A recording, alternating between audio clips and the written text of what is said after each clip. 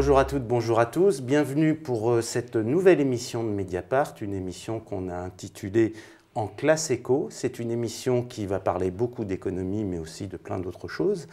Camille Landé, vous avez 34 ans, vous êtes un spécialiste de la fiscalité, surtout des inégalités économiques.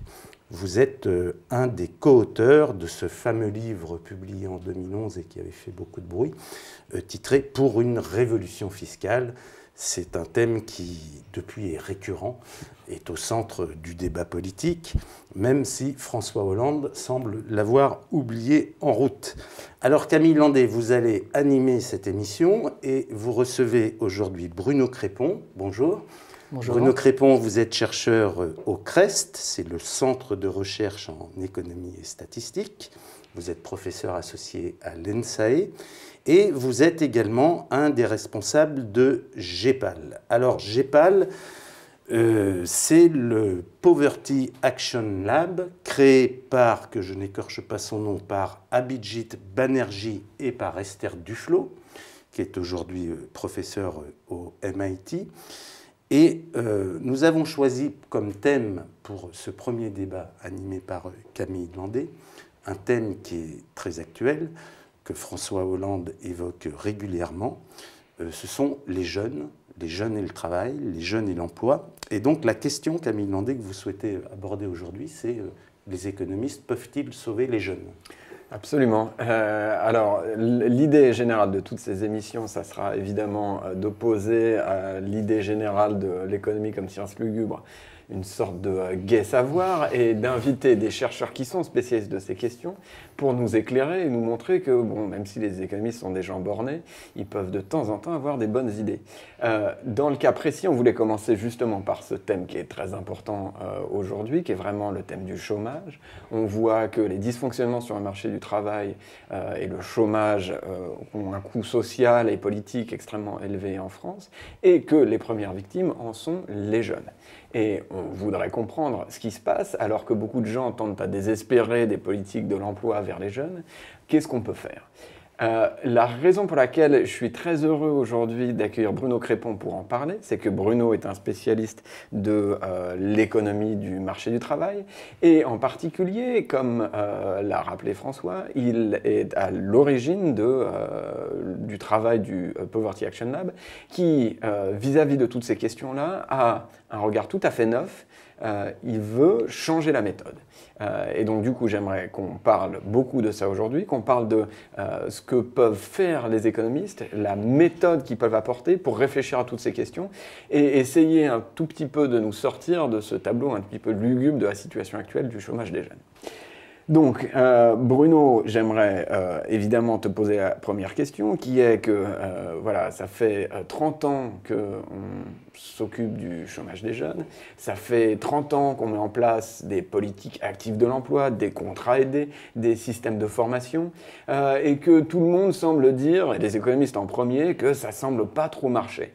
Et toi, plutôt que de nous dire, oui, bon, bah oui, effectivement, ça marche pas, tu dis non, non, non, non. Ce qu'il faut, c'est complètement changer la méthode. La chose que les économistes ne font pas bien, c'est de réfléchir à la méthode pour évaluer ces politiques et pour les changer. Qu'est-ce que ça veut dire exactement changer la méthode? Qu'est-ce qu'on peut faire? C'est quoi cette nouveauté à laquelle vous, chez GEPAL, vous essayez de vous activer? Alors peut-être juste avant que vous répondiez, on va un peu mieux présenter ce qu'est GEPAL et vous présenter quelques images pendant quelques secondes qui résument son activité.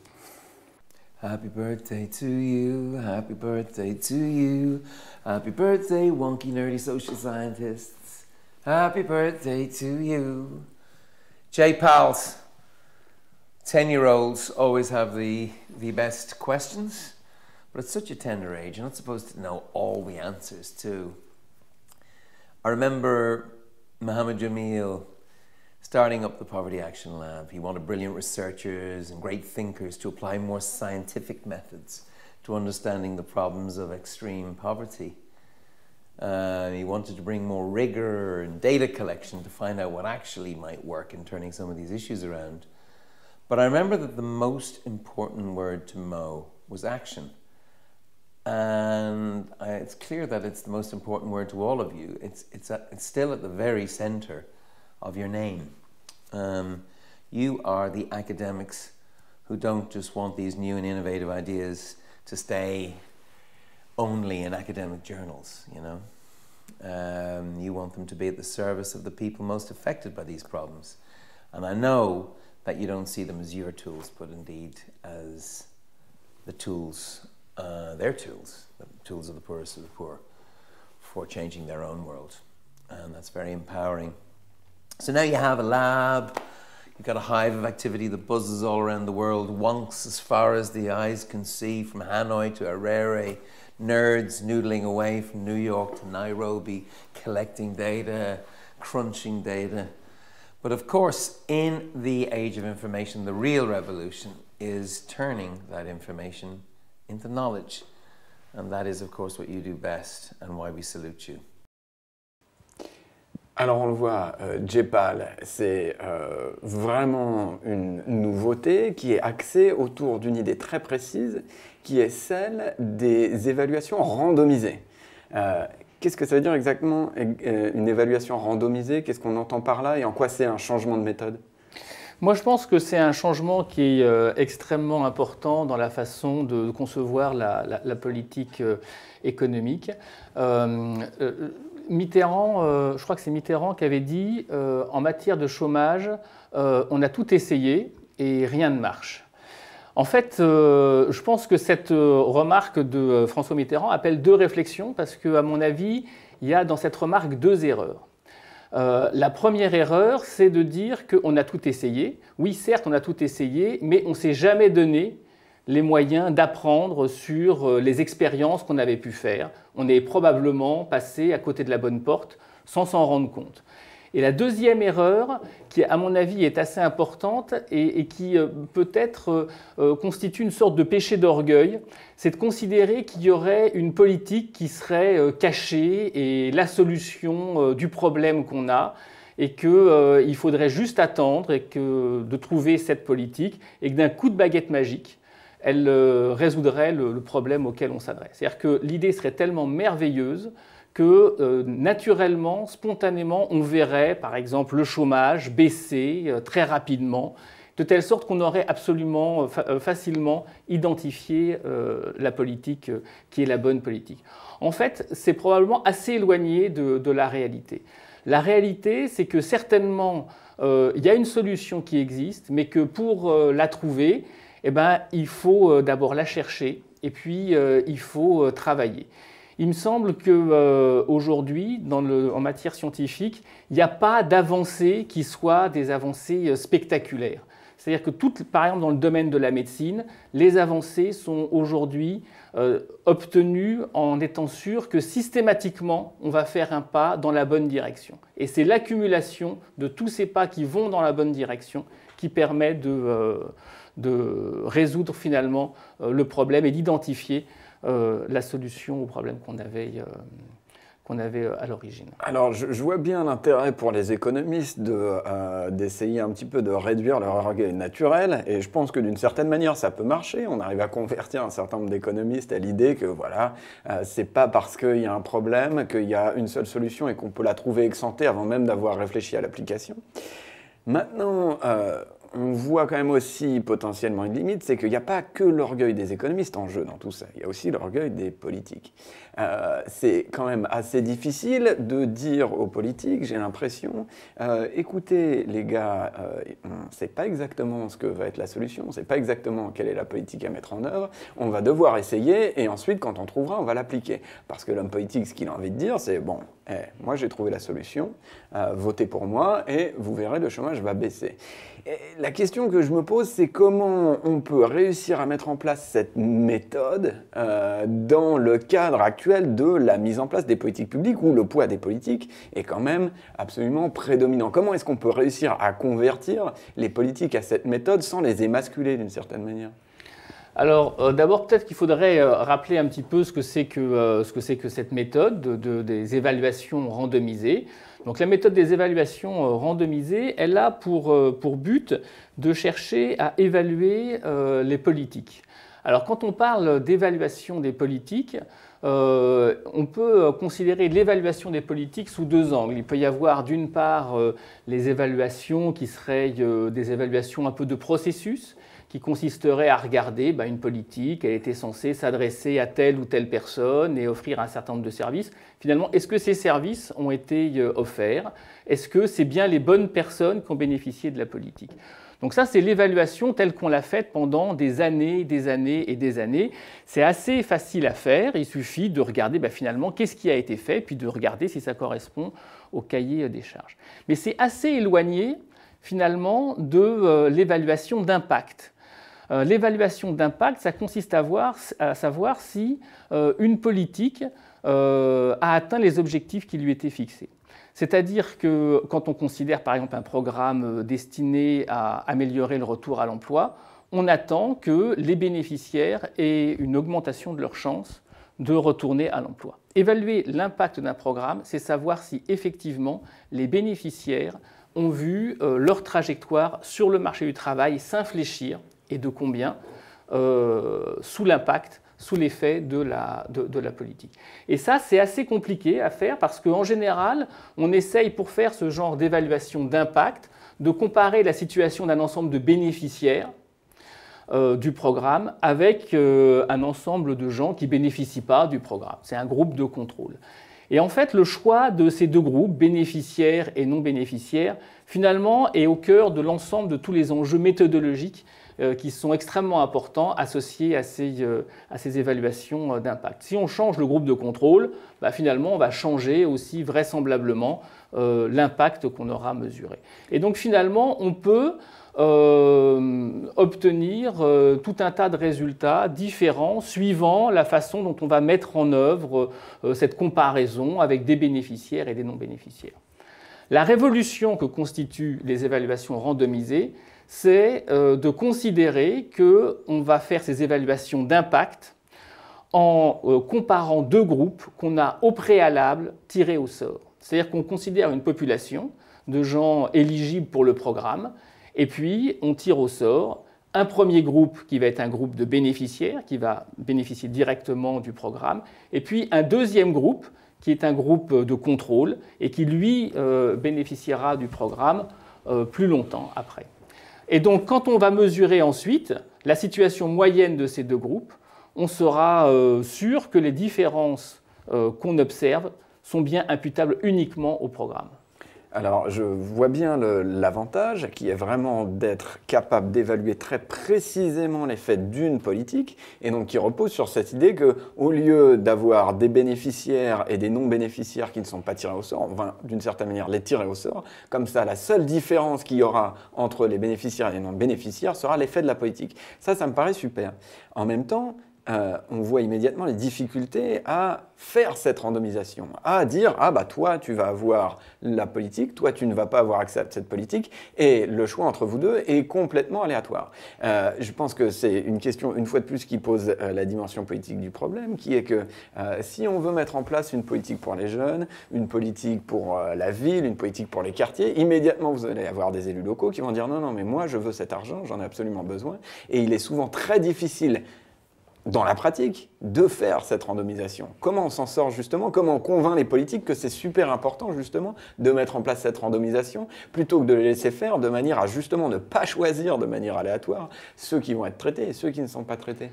Alors, il y a différents cas de figure. La randomisation, c'est un principe qui peut se décliner ensuite de mille et une façons.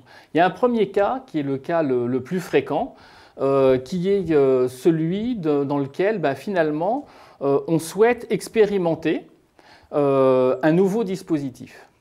Et dans la conception même de dire on veut expérimenter un nouveau dispositif, on a en tête le fait qu'il va y avoir, on va essayer à petite échelle pour voir, pour se rendre compte si le programme fonctionne. Finalement, ça veut dire quoi mettre en place une expérience randomisée dans ce cas-là? Ça veut dire partir du principe qu'il y a un nombre de places limitées qui pourront être financées à court terme et que la façon la plus juste d'allouer ces places, c'est probablement de les tirer au sort. Donc lorsqu'il y a cette contrainte d'un nombre de places limité et d'un public qui est potentiellement extrêmement large, c'est un cas dans lequel spontanément on peut mettre en œuvre ces méthodes d'évaluation randomisée. C'est en fait exactement dans ce cadre-là qu'on a mis en place la première grande évaluation randomisée qui a été conduite en France. On l'avait conduite avec ce qui était à l'époque l'ANPE et puis l'UNEDIC, parce qu'à ce moment-là, ils s'étaient pas encore fusionnés sous un unique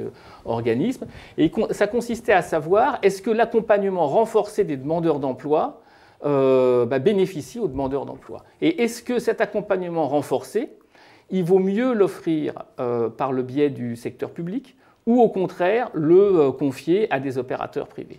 Donc il y avait l'UNEDIC avait financé à cette époque-là 40 000 places. Il avait mis de sa poche, normalement c'est la responsabilité de ce qu'était la NPE de financer cet accompagnement, l'UNEDIC avait mis de sa poche le financement de 40 000 places, mais pas plus. Et de son côté, l'ANPE avait décidé, elle aussi, de financer 40 000 places, mais pas plus. Or, la population éligible pour ce programme, ce n'était pas 40 000 plus 40 000, c'était 300 000 personnes, au minimum. Donc, dans ces conditions, ce qu'on a fait, c'est qu'on a, au sein de toutes les agences locales de l'emploi qui participaient à cette expérimentation, il y avait un grand nombre d'agences locales de l'emploi, je crois que l'ordre d'à peu près 300 agences locales de l'emploi qui bénéficiaient du programme. On avait installé un système que pouvaient actionner les conseillers lorsqu'ils recevaient un demandeur d'emploi qui venait s'inscrire au chômage et qui était identifié par le conseiller comme étant à risque de chômage de longue durée. Et une fois que le demandeur d'emploi était identifié comme faisant partie de cette catégorie, à ce moment-là, on actionnait l'outil et ça assignait le demandeur d'emploi à 3 groupes. Un groupe qui allait se voir proposer, parce qu'il ne bénéficie pas directement, qui allait se voir proposer l'accompagnement renforcé dans le secteur public, un dans le secteur privé, et un autre qui bénéficiait de l'accompagnement usuel dont bénéficient tous les demandeurs d'emploi, mais qui n'était pas dans le cadre de cette expérimentation. Et c'était donc à la fois une façon d'apprendre sur est-ce que l'accompagnement renforcé améliore le devenir des demandeurs d'emploi, est-ce qu'il vaut mieux l'offrir par le secteur public ou par le secteur privé, un débat qui est quand même extrêmement tendu en France, et puis aussi une façon juste d'allouer ces 80 000 places à une population de 300 000. Alors, on voit bien l'intérêt de le faire, et une fois qu'on a une réponse, on est souvent très content. Et spécialement, nous, les chercheurs, on est vraiment très contents d'avoir réussi à trouver un peu la réponse, de savoir dire, oui, on peut dire que allouer ces places au secteur privé est sans doute plus efficace ou moins efficace. Maintenant, est-ce que tout le monde veut l'entendre ? Et en particulier, une fois de plus, est-ce que les politiques veulent l'entendre ? Est-ce que d'une certaine manière, c'est si facile de dire « Bon, voilà, on va tenter toutes ces choses, maintenant on a trouvé ce qui marche, et le politique va être bien content et va appliquer ce qui marche ». Une autre manière de le dire, c'est que souvent, les politiques sont très tentés à l'idée de mettre en place ces expérimentations. Ils disent « Oui, ça va être super, je vais enfin montrer que ce que je fais marche ». Et soudain viennent les résultats d'une évaluation indépendante. Ils se rendent compte que malheureusement, peut-être que la politique était beaucoup moins efficace que celle qu'ils avaient en tête. Et souvent, là, on a la chape de plomb qui tombe sur l'évaluation. Comment on sort de ça, et en particulier comment on sort de cette culture qui est quand même assez forte en France, avec très peu d'évaluation indépendante, une évaluation qui est souvent conduite par les administrations elles-mêmes, avec un extrêmement fort contrôle politique sur l'évaluation au sein de ces administrations. Comment on sort de cette culture? Est-ce que JEPAL y arrive, et à travers quel mécanisme? Alors moi je pense que là en la matière il y a énormément d'hétérogénéité. C'est-à-dire qu'il n'y a pas une entité qui est l'homme politique, qui est un monolithe. Je pense qu'au sein de l'ensemble des hommes politiques, il y a énormément d'hétérogénéité. Il y a des gens qui sont ouverts et il y a des gens, effectivement, qui peuvent avoir une conception un petit peu différente de la conduite de la politique. Alors, je voudrais quand même parler de Martin Hirsch. Martin Hirsch a créé le Fonds d'expérimentation de la jeunesse au moment où il était au commissaire aux solidarités actives. Et le principe du Fonds d'expérimentation de la jeunesse, il est extrêmement simple. Il est de dire, donc là j'imagine les paroles de Martin Hirsch, en tant qu'homme politique, je suis censé concevoir des politiques qui vont répondre aux besoins qui sont souvent nouveaux de la population à laquelle je m'intéresse. Et donc il faut que j'innove, mais il faut aussi que je sois capable de savoir si mes innovations vont dans le bon sens ou ne vont pas dans le bon sens. Donc je crée ce fonds d'expérimentation pour la jeunesse, dont le principe est simple. On finance les idées qui paraissent d'intervention, qui paraissent raisonnables, mais à une condition. Une condition qui est le fait que ces politiques soient évaluées rigoureusement, de telle sorte que on puisse accumuler du savoir sur quelles sont les politiques qui marchent. Est-ce que telle idée qui paraissait bonne, effectivement, est une bonne idée? Est-ce qu'au total, on peut utiliser tous ces enseignements pour bâtir de meilleures politiques? Donc je pense qu'il y a cette dimension-là des hommes politiques. Je pense que le Fonds d'expérimentation de la jeunesse, c'était une innovation de politique économique majeure. Je pense qu'il y a des hommes politiques comme ça qui ont cette conception. Et alors quand on dit après que la France n'a pas une culture de l'évaluation qui est particulièrement importante, c'est vrai. Pendant très longtemps, la France n'avait pas de culture de l'évaluation qui était extrêmement importante. Mais cette expérience-là du Fonds d'expérience de la jeunesse, du Fonds d'expérimentation pour la jeunesse, c'est une expérience qui est maintenant connue dans de nombreux pays au travers du monde, qui a inspiré de nombreuses politiques, en particulier la Commission européenne, maintenant finance des programmes d'emploi en suivant ce modèle, c'est-à-dire en allouant des fonds pour financer des programmes à destination des chômeurs, mais à la condition qu'ils soient évalués rigoureusement. Et comment vous expliquez qu'il y ait une aussi faible, justement, culture d'évaluation que on le voit régulièrement au Parlement, où les projets de loi doivent être accompagnés d'études d'impact. Les études d'impact, généralement, n'existent pas ou sont faites comme ça sur des feuilles volantes à la va-vite. Qu'est-ce qui, vous, comme praticien, quelles explications vous voyez à ça? Justement, une surpuissance de la politique, une surpuissance de politique macroéconomique qui néglige cet aspect expérimental et pas à pas? Peut-être, moi je ne dirais pas que je trouve que la situation en France soit une mauvaise situation, hein, honnêtement. Moi j'ai plutôt aujourd'hui l'idée qu'on est dans des conditions qui sont assez favorables. Alors peut-être pas, moi je ne connais pas tous les domaines, mais en tout cas dans le domaine de l'évaluation des politiques publiques de l'emploi, je trouve qu'on est quand même plutôt bien loti. Parce que ce fonds d'expérimentation de la jeunesse a créé, maintenant il n'existe plus, mais il a créé une impulsion qui est extrêmement importante et qui reste dans les esprits. Le fonds n'existe plus, il n'y a plus d'argent, mais par contre, l'esprit des gens qui sont sur cette question de l'accès à l'emploi reste marqué par cette culture de « il faut innover ». Et il faut se doter des outils appropriés pour savoir si les innovations qu'on a conçues, finalement, elles vont dans le bon sens ou elles ne vont pas dans le bon sens.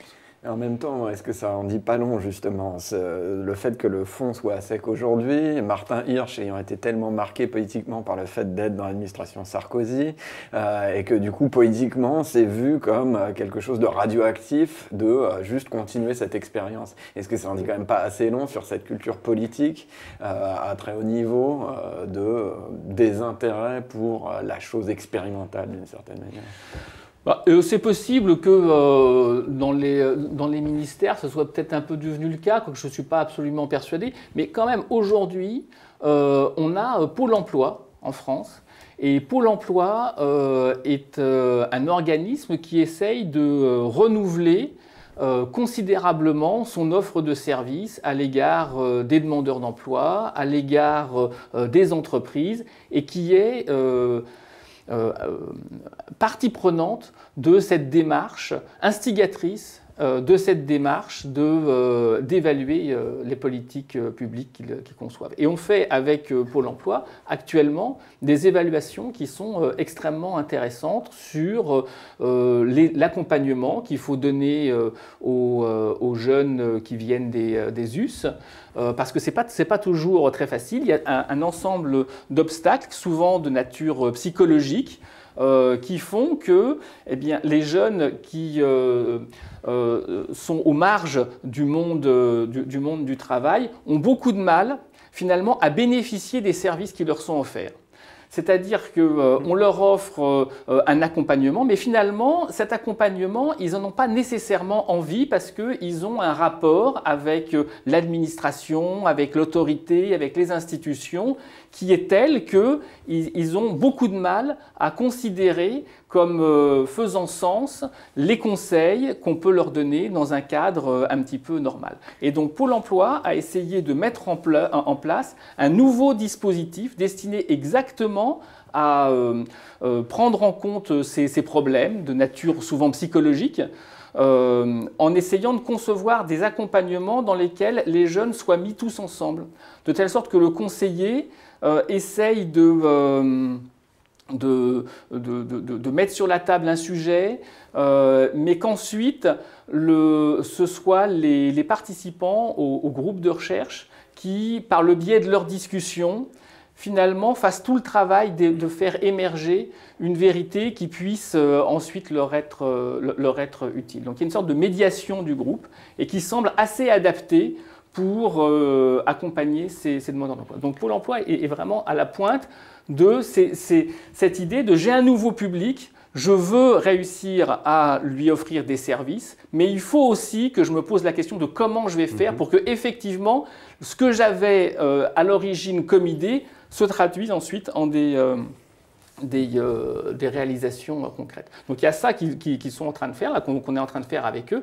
Et puis il y a aussi une autre expérimentation qui est extrêmement intéressante et importante à mon avis, qui consiste à rénover l'offre de services à destination des entreprises.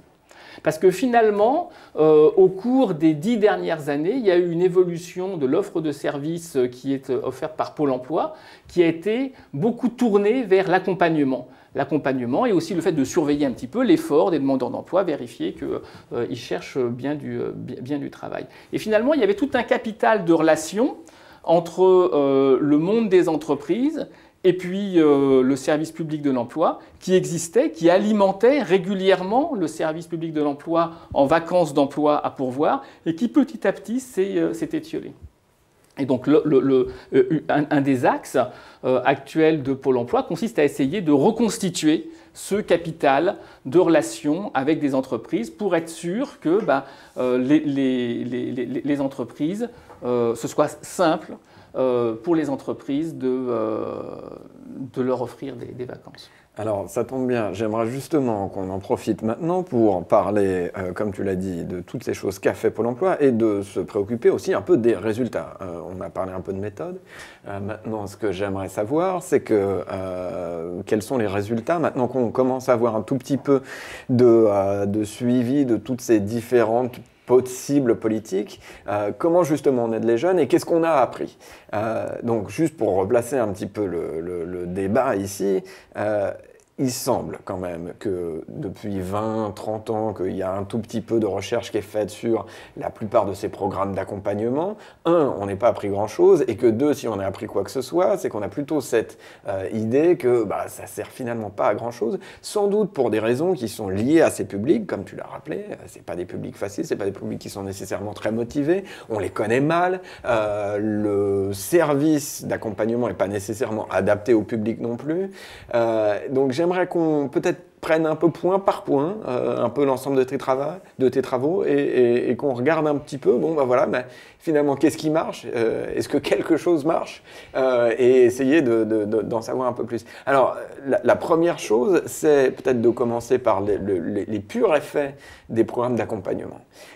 Il me semble que vous avez travaillé en particulier avec Pôle emploi à essayer d'évaluer quel est l'impact de prendre un jeune et de lui dire « Ok, tu es jeune, tu as très peu de formation, ce que je vais faire, c'est je vais te prendre et je vais te former et je pense que ça a un impact sur ta possibilité de retrouver du travail. » Qu'est-ce qu'on trouve quand on fait ça? Est-ce que ça marche? Alors, d'abord, ce qu'on a pu apprendre avec les évaluations qu'on a pu faire sur les politiques d'emploi, donc il y a effectivement les politiques de formation, il y a aussi les politiques d'accompagnement. Donc l'accompagnement, ça consiste à l'ensemble de tous les services qui sont offerts aux demandeurs d'emploi pour pouvoir être capable de trouver des offres, d'identifier quelles sont leurs forces personnelles, ce que demandent les entreprises et les techniques de recherche. Donc c'est quand même une grosse dimension de l'offre de services qui est à destination des demandeurs d'emploi. Et donc ce qu'on a fait, c'est donc c'est ces accompagnements renforcés dont je parlais auparavant, le secteur privé, le secteur public. Donc ce qu'on a pu montrer, c'est que ces services, en général, amélioraient beaucoup le retour à l'emploi des bénéficiaires. Et qu'ils amélioraient beaucoup le retour à l'emploi des bénéficiaires, en particulier lorsqu'ils étaient offerts par le secteur public. Le secteur privé, ça marche aussi, mais ça marche beaucoup moins bien. Et compte tenu du coût, et de la différence de coût qui existe d'ailleurs entre le coût des services offerts par le secteur privé et le coût des services offerts par le secteur public, c'est une bien meilleure affaire de les avoir offerts par le secteur public plutôt que par le secteur privé. Maintenant, on a un secteur public en même temps qui dit être totalement débordé et n'être pas toujours en mesure de fournir ces fameux services. Oui, oui, oui. Donc ça, c'est quand même un problème oui, majeur oui, par rapport aux procédures. Ça a été une des raisons pour laquelle, d'ailleurs, l'accompagnement renforcé offert par le secteur privé s'est beaucoup développé à un moment. C'est parce que ça permettait aussi de être capable d'accompagner tous les demandeurs d'emploi qui, malheureusement, arrivaient en masse sur le marché de la recherche d'emploi. Mais on a appris autre chose qui est aussi extrêmement important sur ces accompagnements renforcés. On a appris que finalement, c'est vrai que ça améliore la situation des demandeurs d'emploi qui bénéficient de ces programmes d'accompagnement et de ces services, mais ces gains-là sont en général obtenus au détriment d'autres demandeurs d'emploi. C'est-à-dire que le mot qu'on utilise, c'est le mot d'effet d'équilibre. Il y a des effets d'équilibre sur le marché du travail. Lorsqu'on aide des gens, ça va améliorer leur situation, mais ça va améliorer leur situation aux dépens de personnes qui n'ont pas été aidées. Ils passent en haut de la file d'attente d'une certaine manière. Exactement. Derrière tout ça, on a quand même un peu l'idée que du coup, le vrai problème, c'est qu'il y a une forme de rationnement sur le marché du travail. Il n'y a pas assez de jobs. Exactement. Et que du coup, c'est ça le fond du problème. Mais ce résultat-là est quand même extrêmement important parce que ça veut dire que finalement, ces politiques d'accompagnement, elles ont un peu une nature qui est une nature de redistributive ou une nature de réduction des inégalités sur le marché du travail. Ce n'est pas des politiques qui vont résoudre le problème du marché du travail. Ça va faire en sorte qu'il y ait les gens qui soient le moins bien lotis puissent ne pas trop quitter le peloton. Ce qui est important, mais comme disait François, ça veut dire qu'il faut aussi mettre le paquet financièrement. Ça veut dire qu'on redistribue, mais pour redistribuer, il faut mettre le paquet financièrement pour être sûr. Moi, je ne dirais pas que c'est ça. Moi, je dirais qu'au contraire, la conséquence logique de... alors, ce qu'on a montré aussi, c'est que cet effet-là, bien sûr, est beaucoup plus important en période de basse conjoncture. Donc, en période de basse conjoncture, quand il y a peu d'emplois, quand on aide quelqu'un à trouver un emploi, ça va beaucoup l'aider. Et par contre, ça va aussi être très fortement au détriment des autres. Et c'est malheureusement au moment où on est dans une conjoncture faible qu'on a le plus spontanément envie d'accroître l'assistance. Et donc ce que montrent ces résultats, c'est que ce n'est pas ça nécessairement la bonne réponse. La bonne réponse, c'est au contraire d'essayer, dans ces périodes de basse conjoncture, d'essayer de faire en sorte que les entreprises offrent plus de vacances. Donc ce qui semble être une démarche qui mérite d'être testée, ce n'est pas nécessairement la bonne démarche, mais une démarche qui mérite d'être testée, c'est est-ce que finalement, lorsque l'on offre des services aux entreprises pour que pour elles, ce soit moins compliqué d'ouvrir une vacance d'emploi, c'est-à-dire juste de rédiger l'annonce. C'est souvent difficile pour une entreprise de rédiger l'annonce. C'est très technique de rédiger une annonce parce qu'il y a plein de règles qu'il ne faut pas se tromper. De bien identifier les personnes qui vont être les bons candidats pour le poste, de savoir les sélectionner, de savoir tester leurs aptitudes. Est-ce que tous ces services qui réduisent finalement le coût d'une embauche, on critique tellement les coûts d'embauche et de licenciement en France, mais ça, là, on peut avec des services réussir à réduire ces coûts d'embauche au moins. Ça, c'est probablement quelque chose qui permet d'augmenter le nombre de vacances des entreprises. Et de ce fait-là, ça crée des emplois et de ce fait-là, ça réduit le chômage. Alors parlons justement, restons sur les entreprises parce qu'il me semble que c'est un terrain absolument fertile sur lequel on sait encore vraiment peu de choses. Une chose, cela dit, qu'on a tendance à croire, c'est qu'une partie des difficultés de ces jeunes sur le marché du travail est liée à des formes de discrimination à l'embauche de la part des entreprises. Il y a eu pendant longtemps ce débat récurrent sur les CV anonymes. On se souvient, Claude Bébéard disait il faut absolument faire ça, nous on le fait chez AXA. Ensuite, on a une loi qui n'a jamais vraiment été appliquée et il semble que donc Pôle emploi ait participé également à une grosse expérimentation des CV anonymes. Et bon, j'aimerais que tu nous parles un peu des résultats parce qu'ils sont quand même assez, un peu contre-intuitifs. Évidemment, il ne faut pas mal les interpréter, mais dis-nous un peu pourquoi finalement l'expérience a tendu à montrer que finalement les CV anonymes ont été un échec dans ce cas précis. Alors, la politique qui a été testée pour les CV anonymes, ça consistait à laisser les entreprises libres de choisir, d'adopter ou pas le CV anonyme. Ce n'était pas vraiment une politique, hein, parce que après tout, si on veut faire des recrutements par CV anonyme, on n'a pas besoin qu'il y ait une loi qui vous dise que c'est autorisé. Mais bon, c'était ça le contenu de la loi. Donc nous, ce qu'on a fait, on a fait cette évaluation randomisée, effectivement. Donc à chaque fois qu'arrivait une entreprise, une vacance de poste qui était proposée à Pôle emploi, on demandait aux conseillers d'identifier un ensemble de candidats potentiels. Et donc on avait ce premier appariement, et après on tirait au sort. Est-ce que cet appariement faisait partie d'un groupe test, comme j'ai expliqué auparavant, ou d'un groupe de contrôle. Et s'il faisait partie d'un groupe test, à ce moment-là, on contactait l'entreprise et on lui disait « Bon, bah écoutez, voilà, vous savez, il y a cette nouvelle politique, est-ce que vous seriez prêt à participer à cette expérimentation et à voir votre CV, votre recrutement traité avec la méthode des CV anonymes ?» Il y a des entreprises qui disaient oui, l'entreprise qui disait non. Et puis après, nous, on comparait les deux groupes en entier, et ça, c'est une méthode qui permet finalement de savoir est-ce que le fait d'avoir traité par le CV anonyme, ça améliore ça améliore. Est-ce que ça change les caractéristiques des gens qui finalement ont eu un entretien ou ont eu un emploi? Et ce qu'on a trouvé en faisant cette comparaison, c'est que, alors on regardait les caractéristiques des individus, donc on regardait le fait d'être issu de l'immigration et le fait de vivre, de provenir d'une zone urbaine sensible. Et on a vu que donc, si on prenait cette catégorie comme une catégorie à risque de discrimination, eh bien, son taux d'accès à des entretiens et son taux d'accès à des emplois était en fait diminué lorsque on a recours au CV anonyme par rapport au fait d'avoir recours à une méthode de recrutement normale. Mais c'est... alors, pourquoi est-ce que c'est ça? C'est parce que c'est une caractéristique il y a deux explications.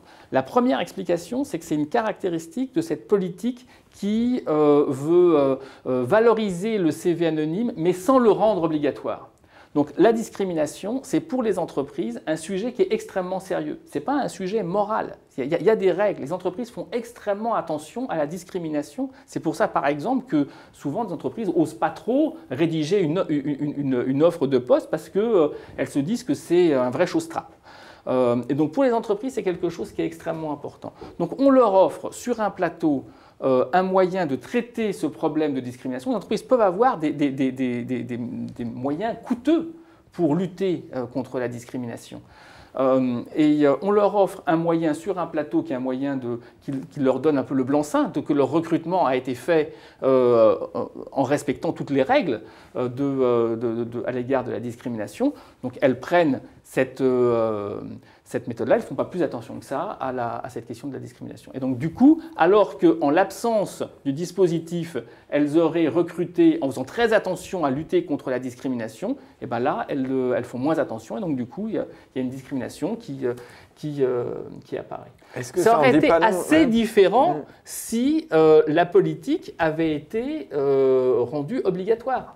C'est-à-dire que parce que probablement dans l'ensemble des entreprises qui, quand on leur a proposé, on dit bah non, moi j'ai pas du tout envie, celle-là probablement aurait été contrainte par l'usage d'une politique de CV anonyme. Et donc ça, probablement, c'est l'explication qu'on a observée. Et ça montre un peu le danger de ces espèces de politiques dans lesquelles on ne sait pas très très bien et on ne veut prendre aucune décision. Parce que faire une loi pour dire maintenant c'est autorisé de rendre le CV anonyme, c'est quand même vraiment exactement ne pas prendre de décision. Et donc cette espèce de se situer dans cette espèce un petit peu de ventre mou de la décision, eh ben, c'est ça qui conduit à des décisions qui finalement sont contre-productives. Elles sont contre-productives, bon, non seulement dans le cas précis, parce que là il y a eu de la discrimination en plus, je pense qu'elles sont aussi incroyablement contre-productives sur le plan de la communication, parce que la plupart des gens vont lire cette étude et vont peut-être, s'ils ne font pas attention, juste en retenir que le CV anonyme, c'est une énorme bourde. Ça augmente les discriminations.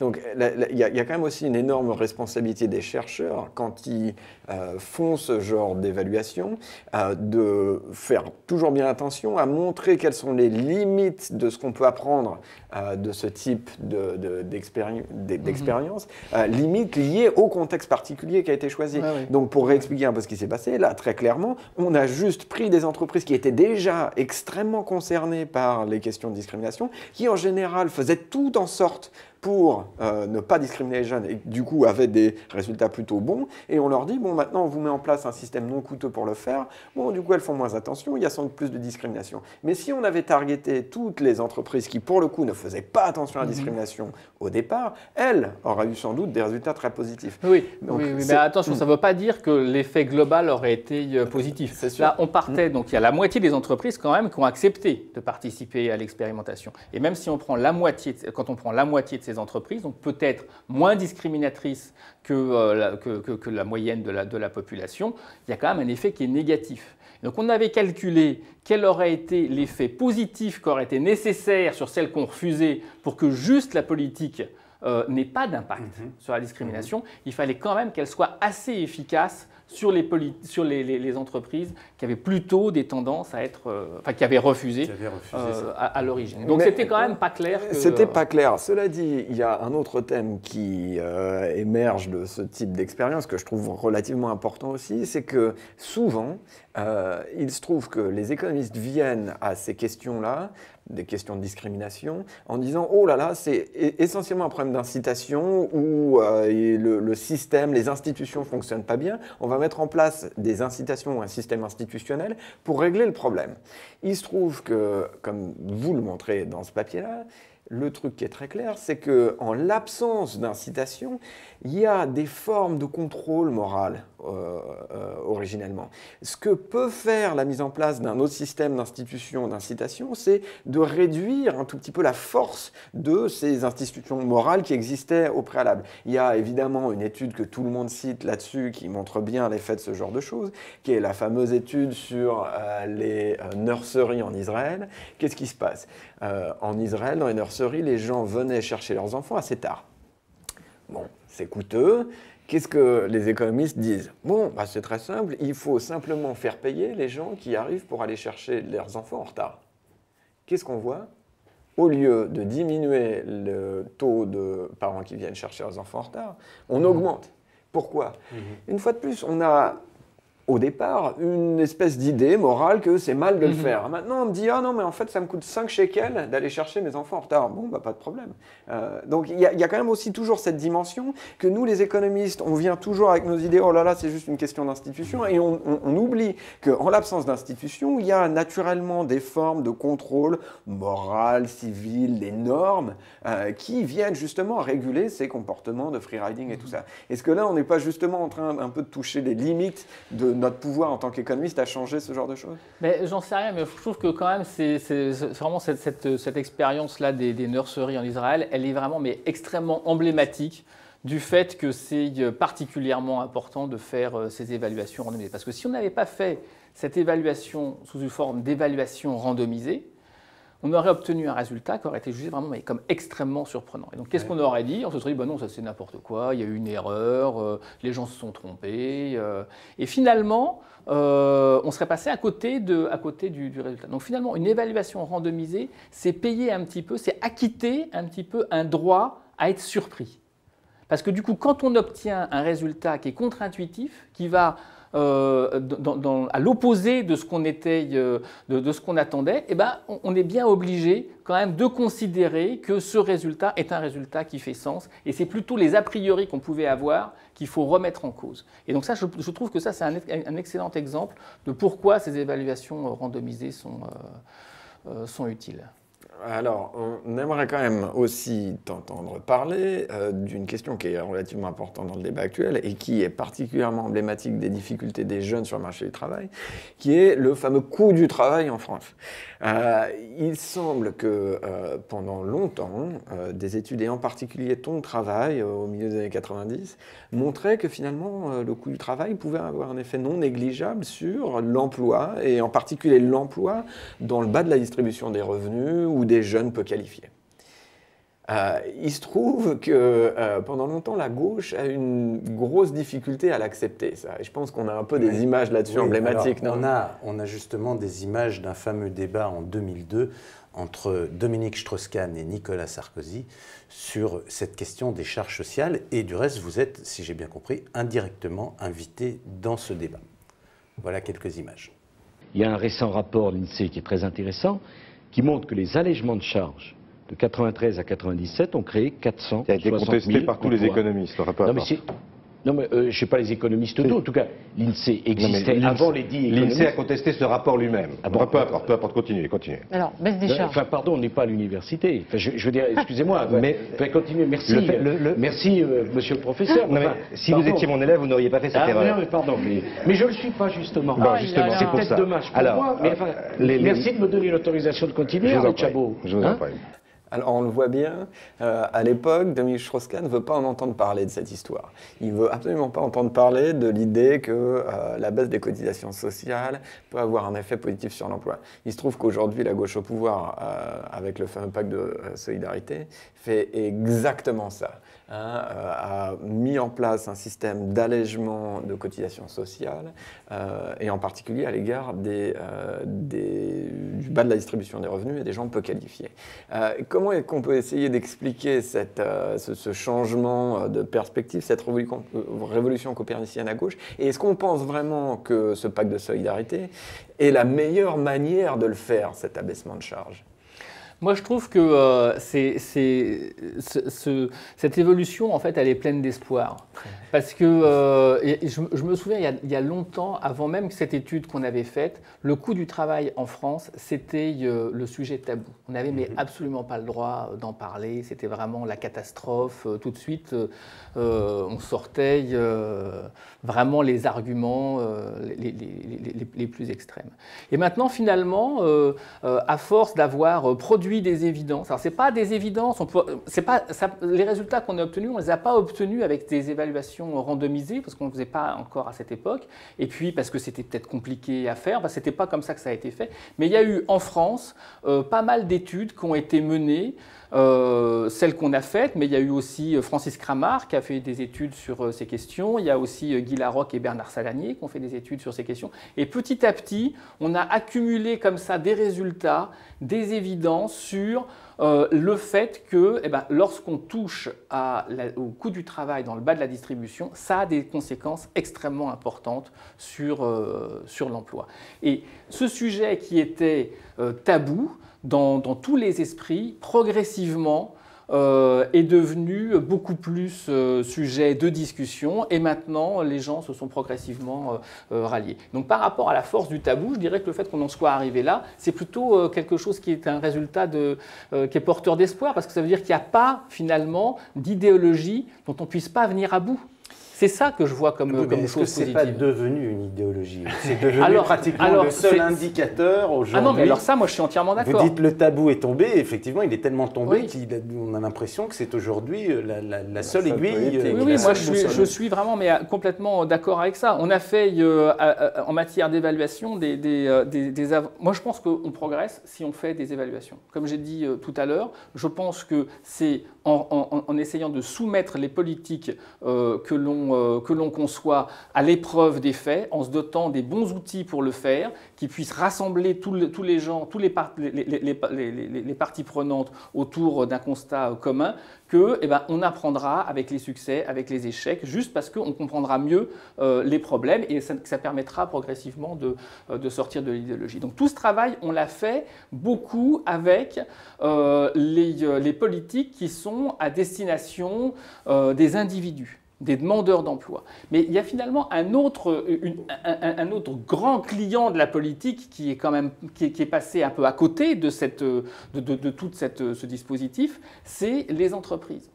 Finalement, on n'a pas beaucoup de connaissances de c'est quoi l'impact des politiques qui sont à destination des entreprises. C'est pourtant des sommes qui sont considérables et la même exigence, les mêmes efforts qu'on a mis à essayer de regarder c'est quoi l'impact des politiques sur les individus, de se poser la même chose sur les entreprises. On commence progressivement à le faire. On commence à le faire par exemple avec cette étude-là dont je parlais, qu'on fait avec Pôle emploi, pour regarder comment, juste pas uniquement pour regarder les politiques, mais pour regarder comment se comportent les entreprises en les soumettant à des contextes qui sont différents, avec cette méthode de randomisation, pour voir finalement quelle est leur réaction, de telle sorte qu'on perçoive mieux leurs contraintes et comment est-ce qu'on peut infléchir leur comportement dans un sens qui soit bénéfique pour la communauté. Donc on commence à le faire un petit peu. On le fait aussi en Afrique du Sud, dans lequel on regarde finalement si on ne peut pas offrir des services aux entreprises pour essayer de faire en sorte qu'elles aient une meilleure connaissance de la législation du marché du travail. Parce que souvent, la législation du marché du travail, en général, elle est compliquée, mais les gens se font aussi souvent une montagne de ce que c'est que la législation du marché du travail.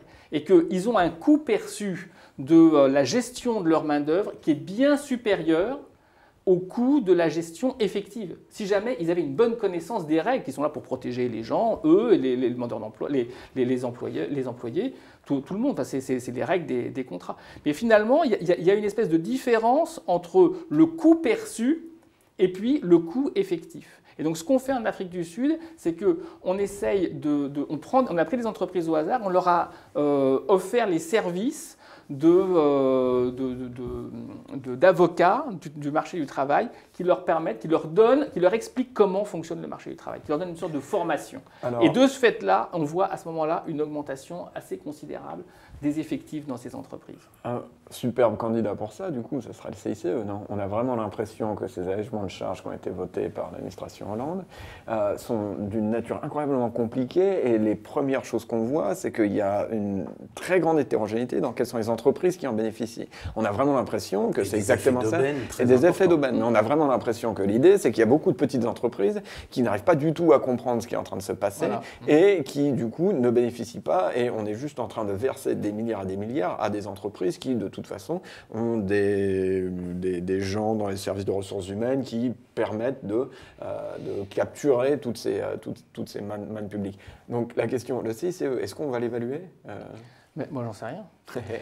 En tout cas, on va l'évaluer avec des méthodes qui ne sont pas les méthodes randomisées. Donc, je pense que finalement, vu le caractère un peu polémique de la mesure, de toute façon, ça ne plaira pas à certains, les résultats, quels qu'ils soient. Et donc, nécessairement, le débat va se concentrer sur est-ce que les résultats, on peut y croire ou on ne peut pas y croire. Moi, je pense il y a déjà une évaluation brutale que sont les statistiques du chômage. Si ça peut être perçu comme étant une évaluation. Mais souvent, moi je pense vraiment que souvent l'impact des politiques qu'on met en œuvre est en général petit.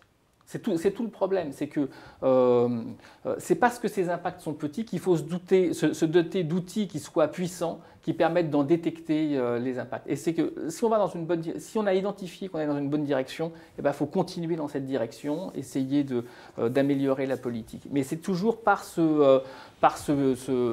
petits pas que finalement on va l'emporter. Alors moi je pense que, sincèrement, je pense que ça serait extrêmement souhaitable de développer davantage les évaluations à l'égard des politiques à l'égard des entreprises. Et que le CICE, par exemple, l'ensemble de tous les services qui sont offerts par le biais du CICE, ça serait assez bénéfique de pouvoir les évaluer rigoureusement. Bruno Crépon, merci d'avoir répondu à notre invitation. Camille Landé, merci d'avoir animé ce débat. Et à bientôt pour de nouvelles émissions sur Mediapart.